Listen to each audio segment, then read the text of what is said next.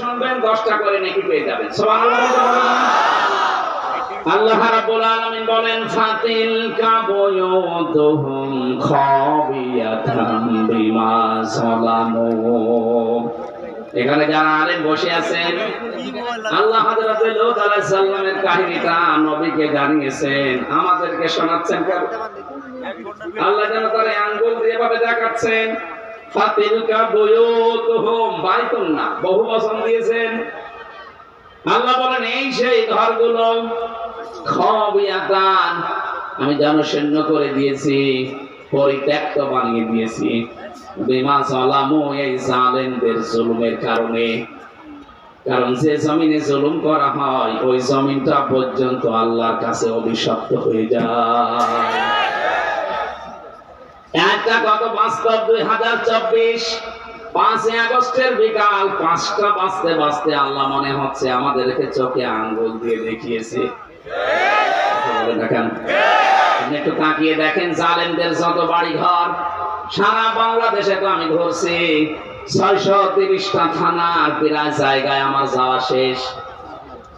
আমি এই 3 মাস কয়েকদিনের ভেতরে ঘোরাঘুরি করে যা দেখলাম, জালেমদের কোনো বাড়ি দেশে আর নেই।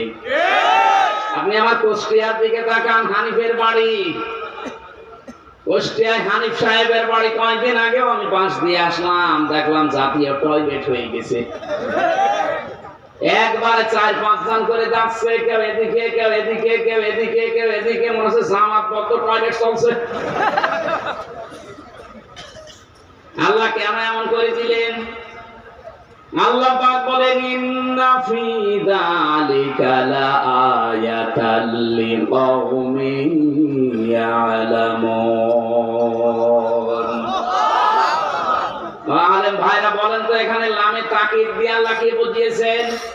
যত তাফসীর আমি মিলিয়েছি এই লাম তাকিদের সাথে আধুনিক তাফসীরের মুফাসসির একরাম বলতে চাচ্ছেন আল্লাহ যেন আপনাদেরকেও দেখাচ্ছেন পৃথিবীর মানুষেরা সাবধান, এর ভেতরে কিন্তু শিক্ষা আছে, যদি জ্ঞানী হয়ে থাকো। কি শিক্ষা আমরা নিতে পারি? এই 15.5 বছরে ওদের এত গভীরে শিকড় ছিল জালেমদের। আপনি তাকান, একেবারে দারওয়ান থেকে শুরু করে সংসদ পর্যন্ত সব জায়গায় ওদের লোক সেট করা ছিল, এমনকি কারাগারেও। কারাগারে আলেমদের কষ্ট দেওয়ার জন্য আলাদা কিছু মানুষ ওদের সেট করা ছিল। সুব্রত বালা, দেবদুলাল, আমি নিজে পেয়েছি এদের আচরণগুলো। এ মানুষগুলো এমনি সাধারণ মানুষের সাথে যা করে, আমার আর মামুনুল হক আলেম যারা ছিলাম তাদের সাথে আচরণ আলাদা করে। আল্লাহ রাব্বুল আলামিন বলেন এখানে ওদের শিকড় সব জায়গায় ওরা গেঁথে রেখেছিল। আমি দেখেছি তারেক জিয়া সাহেবের পিএস অপু ভাই ছিল, ওনার বন্ধু গিয়াসউদ্দিন মামুন ভাই ছিল, ওনাদের দিকে সিসি ক্যামেরা দিয়ে, মাওলানা মামুনুল হকের দিকে ক্যামেরা দিয়ে আলাদা ভাবে বসে বসে দেখতো যে এদের সাথে কেউ কথা বলে কিনা। আরে জালেমরা এমনিতেই তো জুলুম করিস, এরপরে আবার সবকিছু বন্ধ করে দিয়ে 3টা বছর আমাদেরকে যোগাযোগ করতে দেয়নি। ফাঁসির আসামিরা 7 দিন পর পর সরকারের টেলিফোনে কথা বলতো, আর আলেম যারা আমরা 76 জন ছিলাম আমাদের জন্য সব বন্ধ। জামাত ইসলাম আর হেফাজতে ইসলাম নাম শুনবে বলতো না, এদের যোগাযোগ বিচ্ছিন্ন। আপনার চেয়ার এমনি পড়ে যায়নি, আল্লাহ নিজে মনে হচ্ছে ফেলে দিয়েছেন। আল্লাহ রাব্বুল আলামিন বলেন এখানে তোদের শিক্ষা, এদের বিশাল শিকড় যদি আমি আল্লাহ কেটে দিতে পারি, কেটে দিয়েছে কে এটার ফাইল কিন্তু জানা নেই। এটা সূরা আনআম 7 নাম্বার পারার 12 নাম্বার পৃষ্ঠার 4 নাম্বার লাইনের 45 নাম্বার আয়াতের প্রথম অংশে আছে। ফাকতিআ দাবিরুল কওমিল্লাযীনা যালামু, জালেমদের শিকড় কেটে দেওয়া হয়ে গেছে। কতিয়া এটা মজরুল, কেটেছে কে ফাইল জানা নেই। আপনি তাই দেখতে পাবেন 5 আগস্টের বিকাল 5টা বাজতে বাজতে জালেমদের বাড়ি ঘর, ওদের অফিস সবগুলো গুড়িয়ে দিয়েছে। কে ভেঙেছে? ফাইল নেই। বলতে পারবেন হানিফের বাড়ি অমুক ভেঙেছে, না আপনি পাবেন না, মনে হচ্ছে ফেরেশতা ভেঙে দিয়েছে। এই জন্য তো কুতিয়া দিয়েছেন যে ফাইলই নেই। তাহলে আমরা এখান থেকে কি নিতে পারি? এদের এত বড় শিকড় যদি আল্লাহ একেবারে মাটি থেকে উপড়িয়ে ফেলতে পারে, ওদের বাড়ি ঘর এখন জনশূন্য পরিত্যক্ত। মনে করছেন শুধু কুষ্টিয়ার হানিফের বাড়ি না, সারা বাংলাদেশের অবস্থা এক। যেখানে যেখানে গেছি জালেমদের বাড়ি ঘরগুলো, আমি গত পরশু দিনও ছিলাম কিশোরগঞ্জে, এক জালেমের বাড়ি দেখলাম, ওইটাও জাতীয় টয়লেট। হানিফের বাড়িতে 5-6 জন যায়, এখানে দেখছে 8-10 জন একসাথে যাচ্ছে। আমি একটা কারণ খুঁজে পেয়েছি আমার নিজের জীবন থেকে। হজে গিয়েছিলাম 16 সালে, বললাম না ইশারায় করবে, কথা বলবেন। কাবা শরীফ তাওয়াফ করার পরে আবার উপরে গেলাম, হঠাৎ দেখি পেটে যন্ত্রণা, ব্যথা। এক পুলিশকে ডাক দিয়ে বললাম, ইয়া আখি তাল, এদিকে আসেন ভাই। মনে আসার পরে জিজ্ঞাসা করছে কি, ইয়া হাজির হজ্জাত আয়না বিলাদুকা, হাজি দেশ কোথায়? জি তুমি বাংলাদেশ। বাংলাদেশ থেকে এসেছি। মনে হলো কি সমস্যা? হ্যাঁ এখানে মুশকিল আছে, আমার পেটে ব্যথা। এখানে ফার্মেসি কোথায়? আমার বলছে ফার্মেসি লাগবে না, পেটে ব্যথা কেন টের পান না? না তো এই জায়গাটা তো আবু জেহেলের বাড়ি, আপনি এখনো পায়খানা না করে দাঁড়িয়ে আছেন। তাড়াতাড়ি করেন। পায়খানা করে দেখে আমার পেটের ব্যথা ভালো হয়ে গেছে। আমার তো মনে হচ্ছে জালেমদের যত বাড়ি বাংলাদেশে সবগুলো যেহেতু অভিশপ্ত, সবগুলো এখন উজাড় গৃহ, পরিত্যক্ত টয়লেট হয়ে গেছে। এদেশের মানুষের পেটে ব্যথা হলে প্রসাবের চাপ দিলে ওই জায়গায় যে কাজ করবে। এরপরও যদি আপনার শিক্ষা না হয়, এই যারা আমাদের শিক্ষা নেওয়ার বিষয় কিন্তু এখনো বলিনি। আমাদের শিক্ষার বিষয় আগামীতে যারা দেশের দায়িত্বে আসবেন, যারা আসবেন, আপনি আর যাই করেন যেন জালেম হবেন না। কারণ এই শব্দটা ঘৃণিত শব্দ, আল্লাহর কাছে নিন্দিত। জালেমদেরকে আল্লাহ সবচাইতে বেশি টার্গেটে রাখেন। সূরা ইব্রাহিম 42 নম্বর আয়াত, ওয়ালা তাহসাবান্নাল্লাহা গাফিলান আম্মা ইয়ামালুজ যালিমুন। আল্লাহ পাক বলেন, কি মনে করেন হে নবী আমি জালেমদের কোনো খবর রাখি না? সবচাইতে বেশি খোঁজ খবর রাখি আমি জালেমদের ব্যাপারে। এই জন্য আমরা সামনে যারা আসে আমি আহ্বান জানাচ্ছি, খুব ভালোবাসি আপনাদের, সে যেই হোক, সামনে যারা চেয়ার পাবেন তারা আর যাই করেন বাংলাদেশে জুলুম করবেন না। এ জুলুম নিজের নফসের উপর থেকে শুরু, নিজের উপরও জুলুম করবেন না। নিজের উপরে জুলুম কি? অনেকের অর্থ সম্পদ, টাকা পয়সা, প্রভাব প্রতিপত্তি, ক্ষমতা হয়ে গেলে তখন পাপ কাজে পা বাড়ায়। এটা সূরা হুদের 9 নম্বর আয়াতে আল্লাহ দলিল দিয়েছেন, ওয়ালা ইন আযাকনাল ইনসানা মিন্না রাহমাতান সুম্মা নাযা'নাহা মিন ইন্নাহু লায়ায়ুসুন কাফুর। এই আয়াতের সারমর্ম এটা, কোন মানুষ যখন নিজের নফসের উপরে জুলুম আরম্ভ করে, হ্যাঁ আগে টাকা পয়সা, প্রভাব প্রতিপত্তি ছিল না, অপরাধ করতে পারি নাই, এখন টাকা পয়সা, অর্থ সম্পদের মালিক আল্লাহ বানিয়েছে, এখনো লাল পানি খায়, এখনো বাবা খায়, এখন বলছে না খায়। আমি কি বোঝাতে পেরেছি? নফসের উপরে এটা একটা জুলুম। আপনি আজকে থেকে সিদ্ধান্ত নেন, আল্লাহ আমাকে যেখানেই তোলুক, আমি অন্তত আমার নফসের উপরে এখন থেকে আর জুলুম করব না। শরীরের উপরে মানুষ জুলুম করে, এই যে অনেকে মুরব্বীরা বের করে দেন, ডিস্টার্ব হয়ে গেল, দেন দেন তাড়াতাড়ি দেন, চলে যান চলে যান।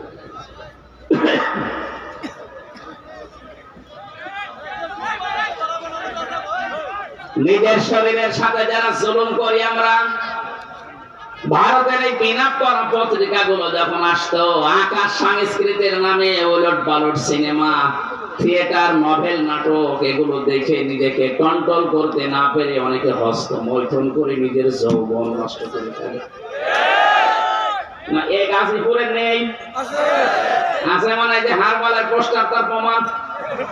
ইন্ডিয়া হারবাল, কলকাতা হারবাল, ও ছাতা দিয়ে কি হবে? আপনি তো আগেই মেশিন শেষ করে ফেলেছেন।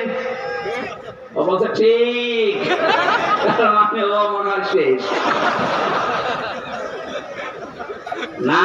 এটা আপনি শরীরটা শেষ করলে, আপনি কি জানেন ৭০ ফোঁটা রক্ত দিয়ে ১ ফোঁটা বীর্য তৈরি হয়? আপনি কোন কারণে এগুলো দেখবেন আর করবেন? আজকে থেকে তাওবা করে ফিরে আসা লাগবে। এই মোবাইলে এমন দৃশ্য রাখা যাবে না যেটা নিজে দেখলে আনন্দ পান, অন্য দেখলে লজ্জা পান। এরকম দৃশ্য নেই। যাদের মোবাইলে আছে এই মুহূর্তে ডিলিট করা লাগবে। তাড়াতাড়ি করেন। এখন যদি আপনি মোবাইল বন্ধ হয়ে যায়, ডিলিট করতে পারছেন না, বাড়িতে যেটা নিজে দেখলে আনন্দ পান, অন্য কেউ দেখলে লজ্জা পান, এমন দৃশ্য থাকলেই ডিলিট করবেন। কারা কারা হাত তোলেন? ওরে আল্লাহ রে, এখন মুরব্বী মানুষ 2 হাত তুলিস। কে আছে আপনার মোবাইলে?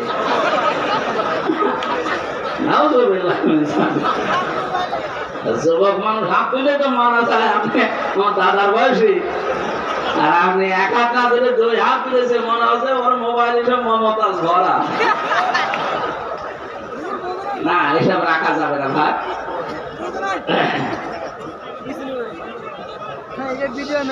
গাজীপুরবাসী খুব মনোযোগ সহকারে আমাদের এখান থেকে শিক্ষা নিয়ে যাওয়া লাগবে।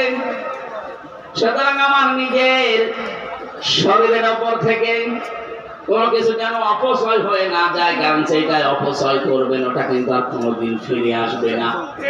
খুব গুরুত্বপূর্ণ জিনিস আল্লাহ শরীরের ভেতরে দিয়ে রেখেছেন। যত খাবার খান, এই খাবারগুলো নির্যাস থেকে পিত্ত রস তৈরি হয়।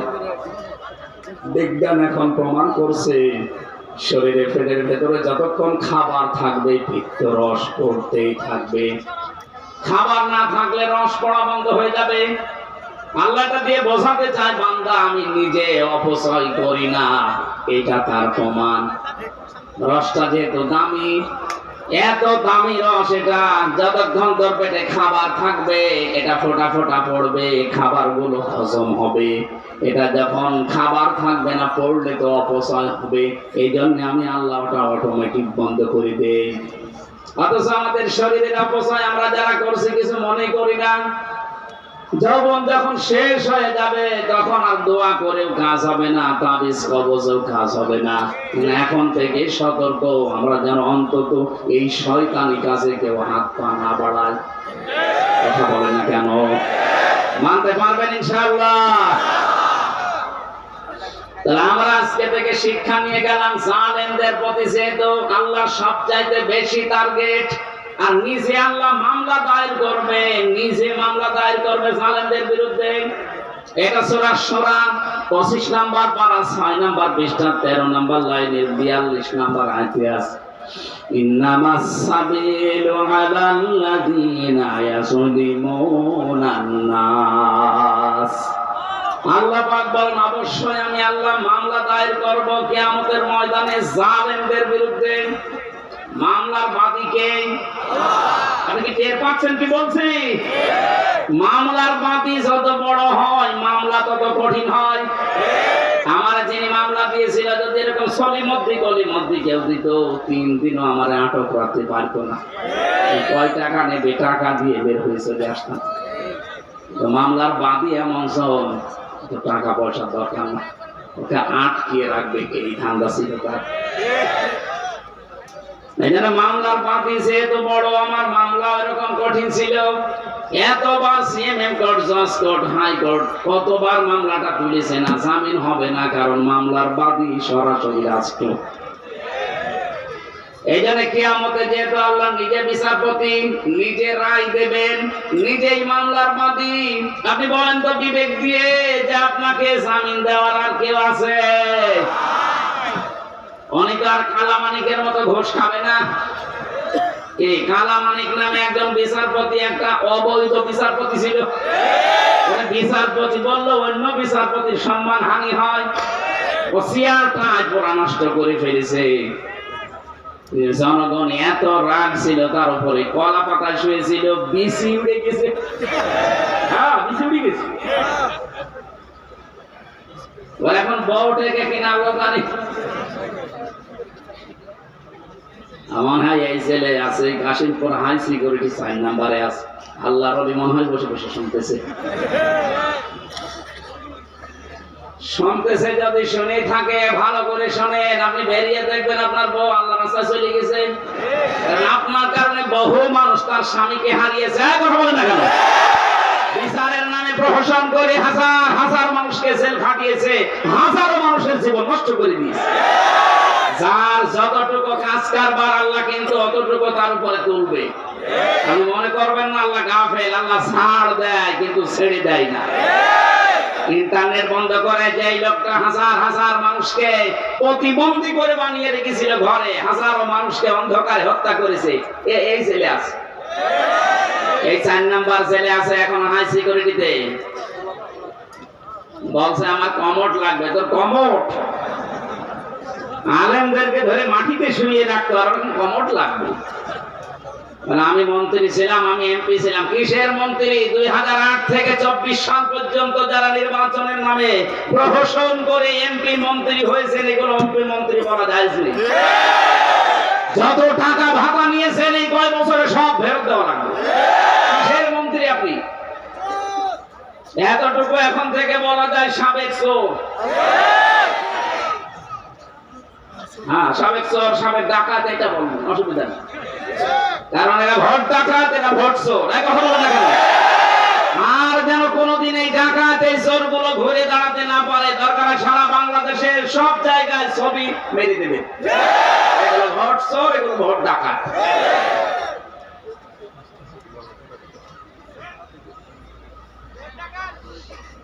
গাজীপুরবাসী জালেমরা যেহেতু আল্লাহর মামলার আসামি, আমি আয়াতটা পড়ার পরে চিন্তা ভাবনা করলাম আল্লাহ কিন্তু ইয়াজলিমুন আল মুসলিমুনা দেয়নি, ইয়াজলিমুন নাস। আল্লাহ বলেন শুধু মুসলমানদের উপরে যারা জুলুম করবে তারাই কিন্তু আল্লাহর মামলার আসামি না। যারা মানুষ হয়ে মানুষের অধিকার নষ্ট করে, তাদের উপরে জুলুম করে, ওরা আল্লাহর মামলার আসামি। আজকেও দেখলাম ভারতে সংখ্যালঘু নির্যাতন চলছে, এমনকি আমাদের কলিজার সবচাইতে দামি জায়গা যেটা মসজিদ, সেইটা ভেঙে দিচ্ছে। সারা পৃথিবীর 57টা মুসলিম রাষ্ট্রকে আমরা আহ্বান জানাচ্ছি, সবাই ঐক্যবদ্ধ হন। 200 কোটি মুসলমান এই পৃথিবীতে আছে, হিন্দু মাত্র 120 কোটি। খ্রিস্টানদেরকেও বলবো, আপনাদের মেয়েকেও ইন্ডিয়ার বুকে ওরা ন্যাংটা করে উলঙ্গ করে হাঁটিয়েছে। এই মুশরিক আর ইহুদি যারা, এরা তামাম দুনিয়ার মানবতার শত্রু। এরা মানুষ না। তামাম দুনিয়াতে এতদিন জানিয়েছে যে বাংলাদেশের সংখ্যালঘু নির্যাতন হয়, অথচ তাদের দেশে আর সংখ্যালঘু মুসলমানের অনিরাপদ। তাদের ইবাদত খানাগুলো ভেঙে বলছে এখানে মন্দির ছিল। নাউজুবিল্লাহি মিন যালিক। আমরা ঢাকার স্বামীবাগের ইসলাম মন্দিরকে যদি এখন দাবি তুলি যে 500 বছর আগে এটা মসজিদ ছিল, নেন ঠেলা ভেঙে দেবে এখন। আজ পর্যন্ত বাংলাদেশে কোন মন্দির ভেঙে মসজিদ বানিয়েছে ইতিহাস আছে? বলেন কোন কারণে আল্লাহর ঘরে হাত দিচ্ছে? একবার আপনার দাদারা কাবা শরীফে হাত দিয়ে একেবারে কাসিম মাকুল হয়ে গেছে। আমার তো মনে হচ্ছে ভারতে আল্লাহর ঘর মসজিদ গুলো যেভাবে ভাঙা হচ্ছে, আল্লাহ না জানে আবার আবাবিল পাঠিয়ে দেয় কিনা। আমাদের ইমানের দাবি এখন সারা বিশ্বের 200 কোটি মুসলমানের ভারত বয়কট করা লাগবে। কোনো দরকার নেই ওদের। ওরা এখন কান্নাকাটি অলরেডি আরম্ভ করেছে। আজকে ওদের পেঁয়াজ, ওদের আলু সব বর্ডারে পৌঁছে যাচ্ছে, নেমে পড়েছে অলরেডি তারা রাজপথে। যে একজন এই উশৃঙ্খল, একজন বেয়াদব মানুষের কারণে আজ আমরা অনেক মানুষ না খেয়ে মরছি। আমাদের দেশকে তামাম দুনিয়ায় কালার করার জন্য বলে এই দেশে হিন্দু মুসলমান দাঙ্গা। কিসের দাঙ্গা? এই যে সৌহার্দ্য পরিবেশে এই দেশে বাস করি আমরা, পৃথিবীতে কোন দেশে এমন নেই। বিশ্বের বহু দেশ তো ছোট বয়সেই ঘুরলাম, কই এত সুন্দর সাম্প্রদায়িক সম্প্রীতি নিয়ে বাস করার দেশ পৃথিবীতে নেই। অথচ এইটাকে পুঁজি করে আজ ডক্টর মোহাম্মদ ইউনূসকে বিপদে ফেলার জন্য, তাকে ভয় দেখানোর জন্য বারবার নতুন নতুন ইস্যু তৈরি করছে। যারা পালিয়ে গেছে ওরা তো বসে নেই। আমি এই দেশে যে দ্বিতীয়বার স্বাধীন হওয়ার পরে সিঙ্গাপুর, মালয়েশিয়া এই সমস্ত দেশগুলোতে মাহফিলে গিয়েছিলাম। যে হোটেলে উঠে হোটেল থেকে নামার পরে দেখে দুজন শয়তান, কি গো ও আগেই যে বসে আছে, ও মনে হয় ভাব দেখেই পানি, ওরা আকারে বসে বসে গুটি চালতেছে। আপনারা এই ষড়যন্ত্রের ফাঁদে পা দেবেন না, তাহলে কিন্তু গোপালগঞ্জের মতো পেছনে বান্দরের মতো লাল হয়ে যাবে। ষড়যন্ত্রের ফাঁদে পা দিয়ে কি লাল হয়েছে দেখেননি? এমন পিটানো পিটিয়েছিল আর্মিরা, ওই কয়েকদিন কেউ গোপালগঞ্জ থেকে ঢাকায় যদি আসে, বসে আসতে 300 টাকা, দাঁড়িয়ে আসতে 1000 টাকা। এখন ওই ফাঁদে পা দেওয়ার জন্য গান্ধায় আছে, আপনি কিছু টের পাচ্ছেন? বাস্তবতা কোথায়? আমাদের এক সাংবাদিক কয়েকটা আছে, তার ভেতরে যে মলম বিক্রেতা একজন, এই হকার সাংবাদিক ময়ূখ রঞ্জন, এরে মনে হয় 50 জন মিলে জন্ম। তাছাড়া তো এরকম মোটা মোটা কথা একটা দেশ নিয়ে বলা সুস্থ মানুষের দ্বারা সম্ভব না। কথা বলেন না কেন? খালি বাজে বাজে কথা ওর মুখ দিয়ে বের হয়। এখন শুনছে নাকি চট্টগ্রাম নিয়ে নেবে। আরে ভাই, চট্টগ্রাম নিয়ে নেবেন মানে আপনি কি যৌতুক চান? আর মেয়ে তো পালিয়ে গেছে, যৌতুক কিসে? পালানো মেয়ের আমার যৌতুক আছে? পালানো মেয়ের যৌতুক কিসে? বিয়েই তো মানি না, কারণ যার সাথে গেছে ও তো ফুল হাতা, আর আমাদের হাফ হাতা। ফুল হাতার সাথে হাফ হাতা যায়? আমি এই শব্দটা শুনেছিলাম এই জেলে আসার পর। এখানে যে জেলা ছিল দেবদুলাল, ওটা হচ্ছে ফুল হাতা। ও যেই দিনই আসতো জনগণ বলতো ফুল হাতা আসতেছে, তখন বুঝলাম যে ফুল হাতা কি আর হাতাটা কি। এতদিন পর্যন্ত আপনি বলতেন যে আমাদের স্বামী স্ত্রীর সম্পর্ক। আরে ভাই, স্বামী স্ত্রীর সম্পর্ক হয় কি করে? ও দাদা তো ফুল হাতা, এত মুসলমানি দিয়ে তারপরে স্বামী স্ত্রী। তো এসে বয়স দাদা, এখন মুসলমানের দিকে খুঁজে পাওয়া যাবে, গোড়া থেকে কেটে বাদ দিয়ে দেওয়া লাগবে। আমি আর নিচে নামলাম না। এদেশের চট্টগ্রাম না, 1 ইঞ্চি জায়গা যদি কেউ ঝামেলা করেন, 7 সিস্টার কিন্তু উল্টাপাল্টা হয়ে যাবে। বাংলাদেশের মুসলমানদের আর কিছু না থাক, এদের যা ঈমান আছে, যতটুকু নামাজ পড়তে না পারে, এদের যা ঈমান আছে, এদেশের 18 কোটি মানুষ যদি বাংলার 1 ইঞ্চি মানুষের জন্য জীবন দিতে হয়, 36 কোটি নিয়ে মরবো আমরা। ওগো দেখেছে তাকবীর, আল্লাহু আকবার, লিল্লাহি তাকবীর, আল্লাহু আকবার, ভারতের দালালেরা হুশিয়ার সাবধান, হুশিয়ার সাবধান, ভারতের দালালেরা, লিল্লাহি তাকবীর। ঘোগো দেখেছেন আপনারা? ঘোগোর ফাঁদ দেখেননি? 57টা মুসলিম রাষ্ট্র কিন্তু সব এখন এক হয়ে যাচ্ছে। আপনার এই দুর্বিসন্ধির কারণে, ষড়যন্ত্রের কারণে শেষে বিপদে পড়বে। আমরা আপনাদেরকেও ভালোবাসি। ভারত আমাদের শত্রু না, কারণ সেখানে আমাদের মুসলমান ভাইরা আছে। কিছু উগ্র আছে, এদের কারণে দেশটা ধ্বংস হয়ে যাচ্ছে। আপনারা সোচ্চার হবেন, আগামীতে কোন উগ্র যেন চেয়ারে বসতে না পারে। মানুষ হয়ে বসুক, অসুবিধা নেই। এই জন্য যারা মানুষের উপরে আজ তাদের অধিকার নষ্ট করে দিচ্ছেন, ধর্মীয় প্রতিষ্ঠানগুলো আপনি ভেঙে দিচ্ছেন, আপনি মানুষ। গোবিন্দ পরমাণিক পর্যন্ত আজকে এই বিবৃতি দিয়েছে যে একই শুরু করেছে।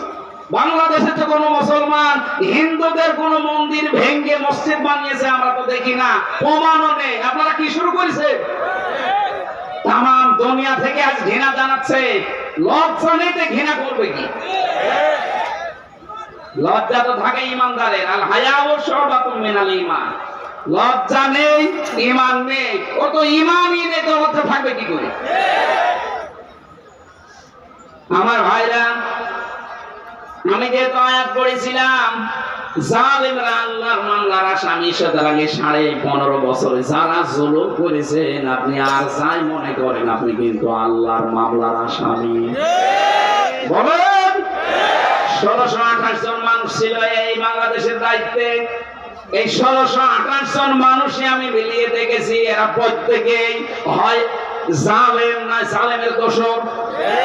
এই কথা বলেন না কেন?